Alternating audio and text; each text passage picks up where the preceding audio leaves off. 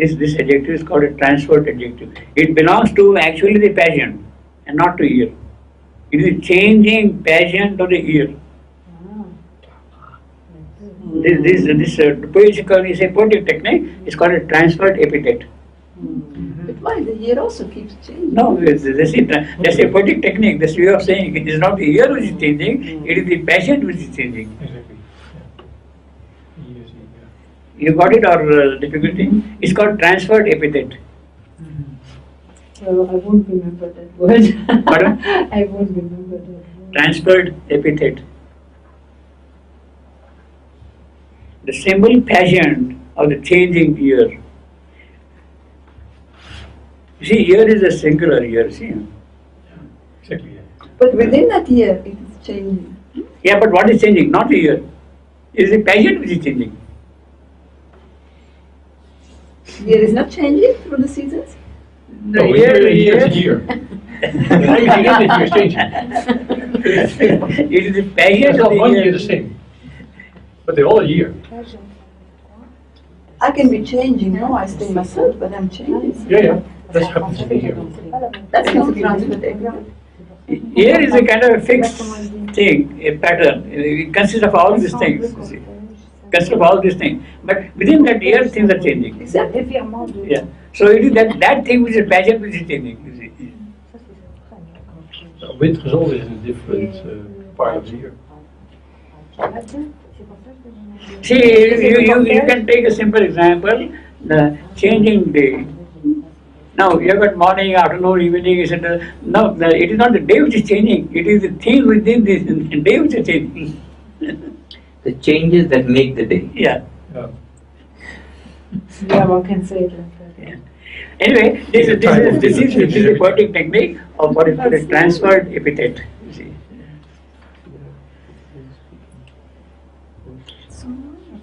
Then comes across the burning languor of the soil. Now the description of the season proper begins. After this introduction, you can take another copy if you like.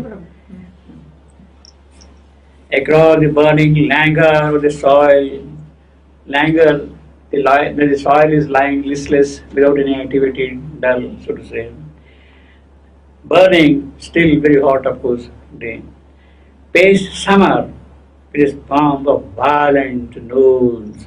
So now here, summer means noon after noon, day after day. It means obviously violent noon, and stamped tyranny of torrid light, and the blue seal of a great burnished sky. Sky is as if polished, clear, absolutely buffed. You know, buffing after buffing with shine on the metals, vessels. Then comes the description of the rain tide. It's one of the longest descriptions, rain tide, 44 lines. See. Well, let me first read what we have in Kalidasa's translation about the rain.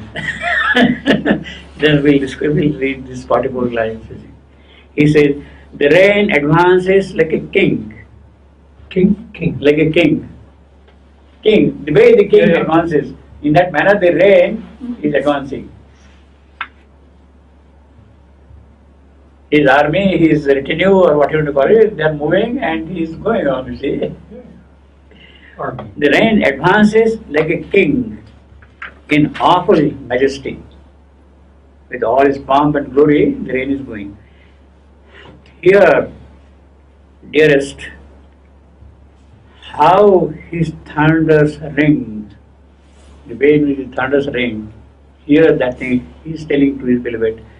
Hear, dearest, how his thunders ring, means that king of the rain ring. Like a royal drums, the way the drums ring, like royal drums, and see his lightning banners wave. When the king is moving, the banners are moving around like that. You imagine the procession of the king with all these things, you see. His lightning banners wave. A cloud for elephant he rides. Who is the vehicle of the king? The elephant. And that elephant is nothing but a cloud, you see.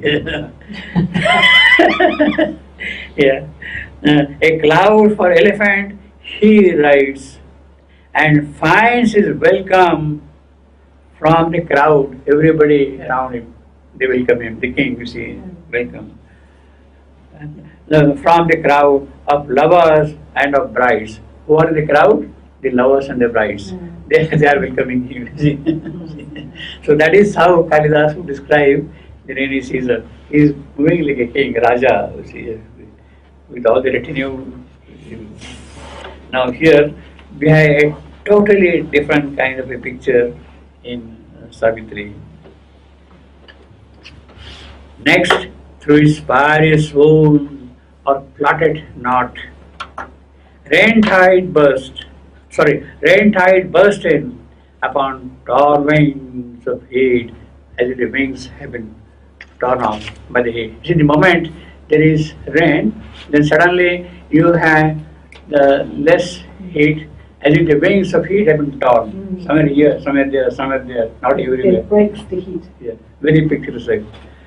Rain tide burst in upon tall wings of heat, startled with lightnings, airs, unquiet drowse. The air was not now it's not quiet anymore. Unquiet drowse, lashed with life-giving stream, the torpid soil, overcast with flare and sound and storm in the dark. The star-defended toes of heavens dim sleep, or from the gold eye of a paramour, covered with packed cloud veils the earth's brown face. So, earth is the paramour of the lover, or from the gold eye of her paramour, covered with packed cloud veils. See, somewhere here there will be cloud veils, and it is covered. Veil the earth's brown face. This is the description of the paramour. Now there is a very interesting reference to paramour in Shakespeare's Midsummer Night's Dream. Yeah, he talks of very interestingly there. Certainly, he is the smartest working man in Athens. He is describing a person who is in Athens. He is smartest. That person is in Athens. Certainly, he is the smartest working man in Athens. Yes, the best looking. And his voice is a paramour of sweetness. This man's voice is a paramour of sweetness. Very, very delicate, very beautiful simile, you see. He's so loving, so charming, and as if they are lovers. The sweetness and his speech, the voice, as if they are lovers of each other, you see. And his voice is the paramour of sweetness.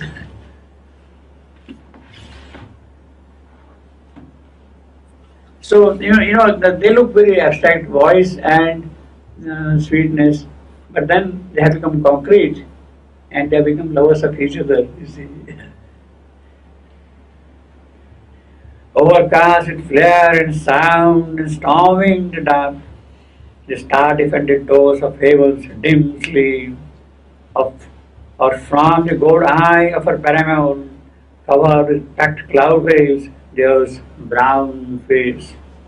Armies of revolution crowd the time field. Now, monsoon, when it comes in gusts, day after day, it keeps on. Army. In fact, the whole simile now from these two sentences is a simile of a battlefield. Armies of revolution crowd the time field. The clouds unending march besiege the world. Tempest pronunciamentos claim the sky, and thunder drums announce the battle gods. So now it is the battle cry which is being called pronunciamentos. That is the proclamation of yes, I am the master now here. That is the proclamation, announcement. Yes, I have come. I am the master. Everything is in my possession now. Pronunciamentos. See, it's one of the biggest words in Savitri. So, And of course, the stress falls on Mentos, pronounced Mentos, you see, pronounced Mentos.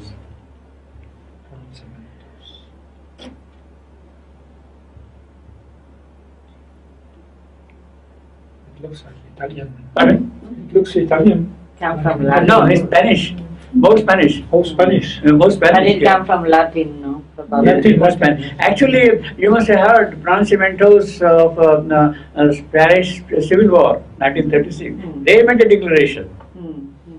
Yes, the rebellions. They come and Yeah. declare, you see. Comes with a lot of pop. More Spanish.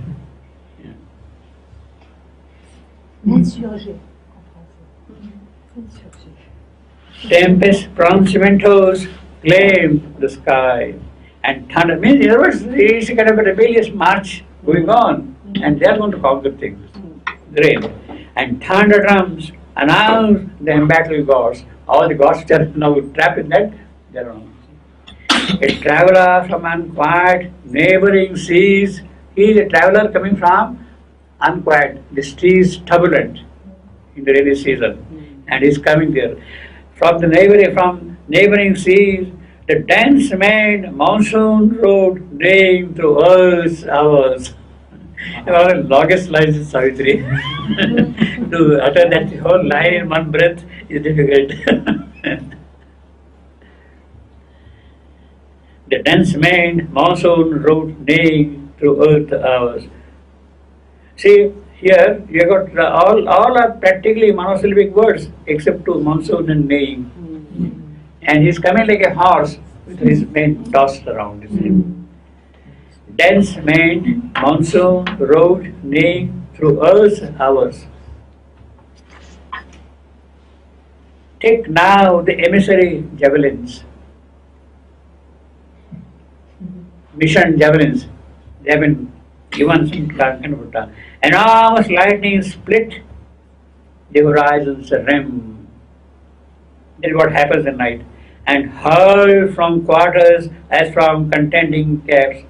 Married heaven's edges, steep and bare and blind. A surge and hiss and onset of huge rain. The long straight sleet adrift, clamorous of windstorm charge, throngs of wind faces, rushing of wind feet, hurrying swept through the prone afflicted plains. Heaven's waters trailed and dribbled to the drowned land. That is how the rains come, you see.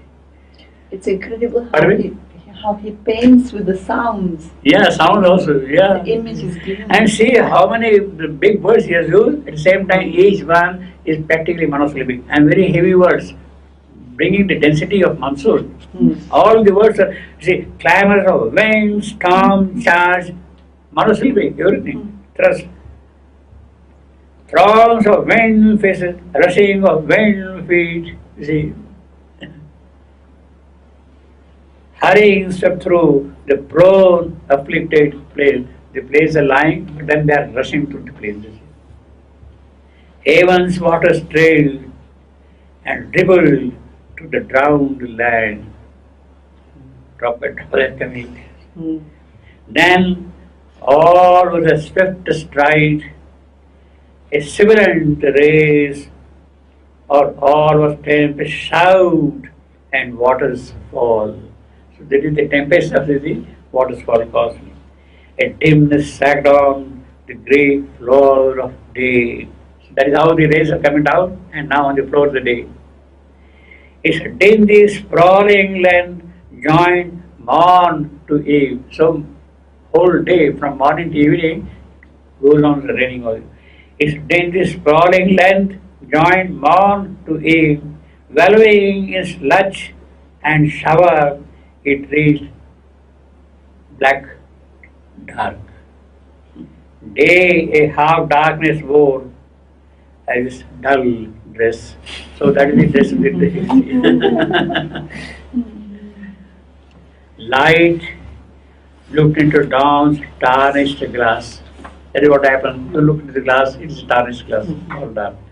tarnished glass, and met its own face there. Yes, I have become dark here. That is what the light says. Twin to a half-lit night. So he has become now a twin to night itself. Night is half-lit, day is also practically dark because of rain and clouds. Downpour and drip and seeping mist swayed all and turned dry soil to bog and reeking mud. Earth was a quagmire, heaven a dismal block. None saw through dank, drenched weeks the dungeon sun. Through week after week, it's all overcast, clouds, rain. You don't see the sun at all. So the sun is as if imprisoned in the cell there, in the dungeon. None saw through dank, drenched weeks the dungeon sun. Even when no turmoil vexed air's somber rest, or a faint ray glimmered through weeping clouds, as a sad smile gleams veiled by returning tears, all promised brightness fade at once, denied, or soon condemned, died like a brief-lived hope. The way the hope, which is very, very fragile, so to say, dies very shortly, in a short time, or soon condemned, died like a brief-lived. Mean sometimes you say sunlight suddenly, and suddenly it again disappears because of the clouds and all that. This simile we have seen last time. As a sad smile gleams veiled by returning tears. It's a very delicate kind of simile. A sad smile is returning, is gleaming to the veil of the clouds.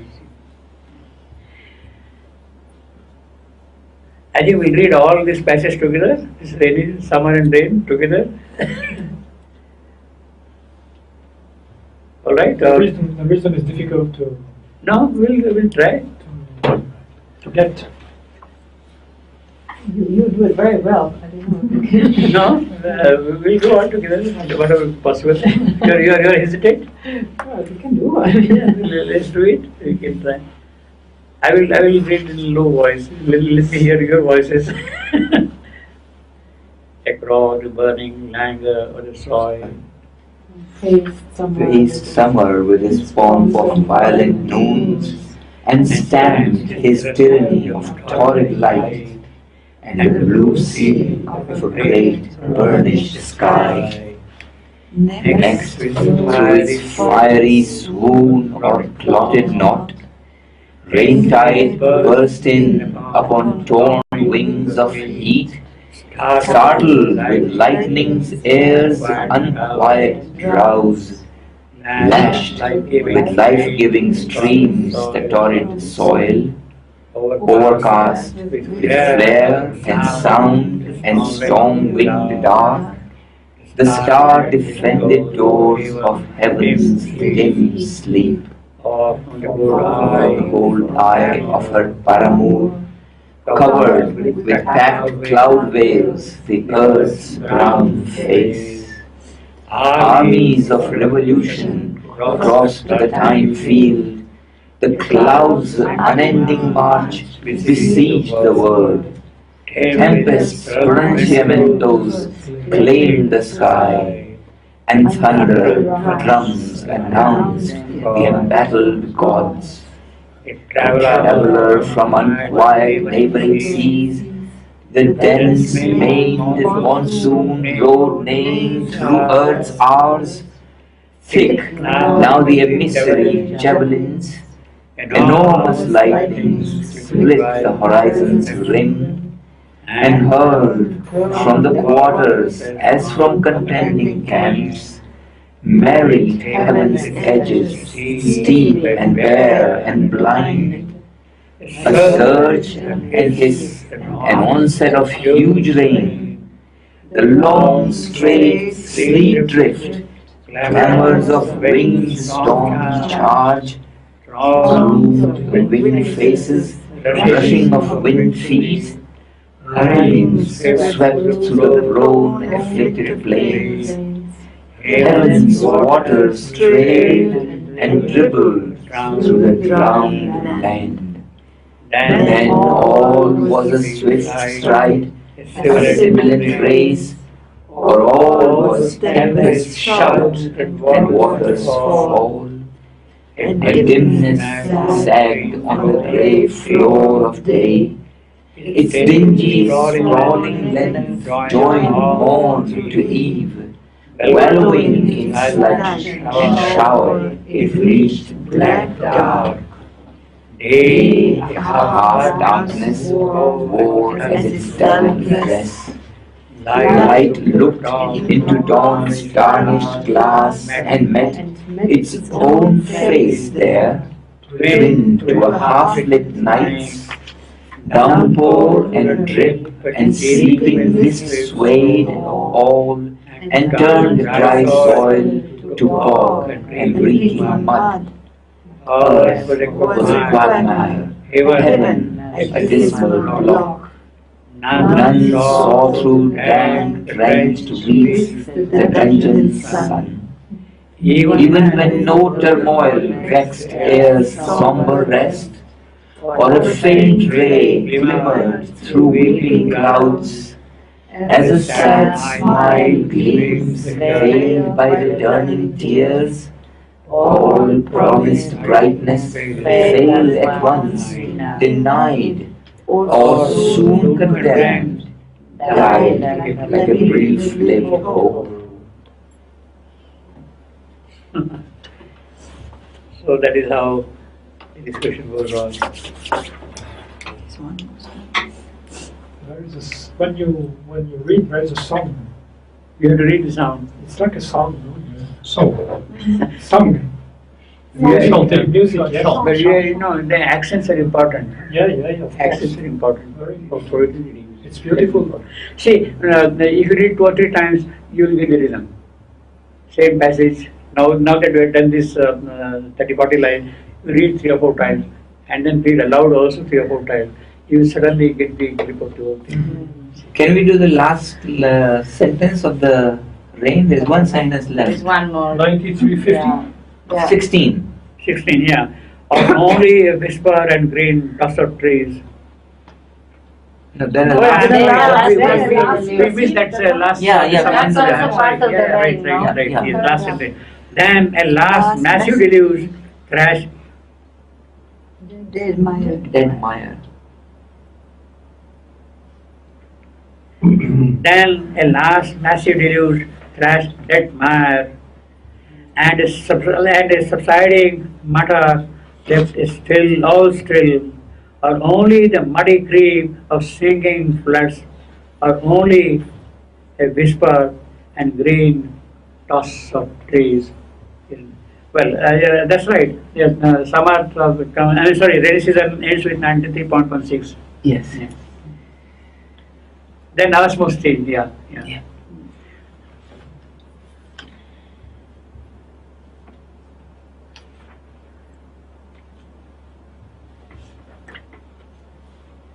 Here we can get some help from here. Then a last massive deluge crash, dead mire. Both of them are stress cerebrals, responding. It uses certain power, straight away, see. Then a last massive deluge crashed, dead mire, and a subsiding mutter left all still. See that quantity effect, all still, both of them are stress levels, all still, or only the muddy creep of sinking floods, or only a whisper and green toss of trees. Really, Pardon? Yeah, it goes. Yeah, it goes like that. It's true. Yeah, yeah. Or only a whisper and green toss of trees. It goes up and down. Same way, if you see the whole passage also, long sentences, short sentences, very long sentences.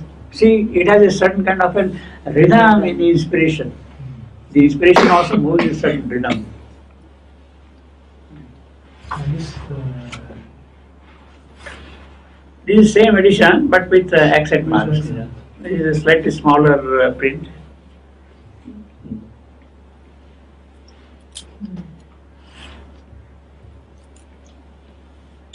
So we meet on Saturdays at 4:30.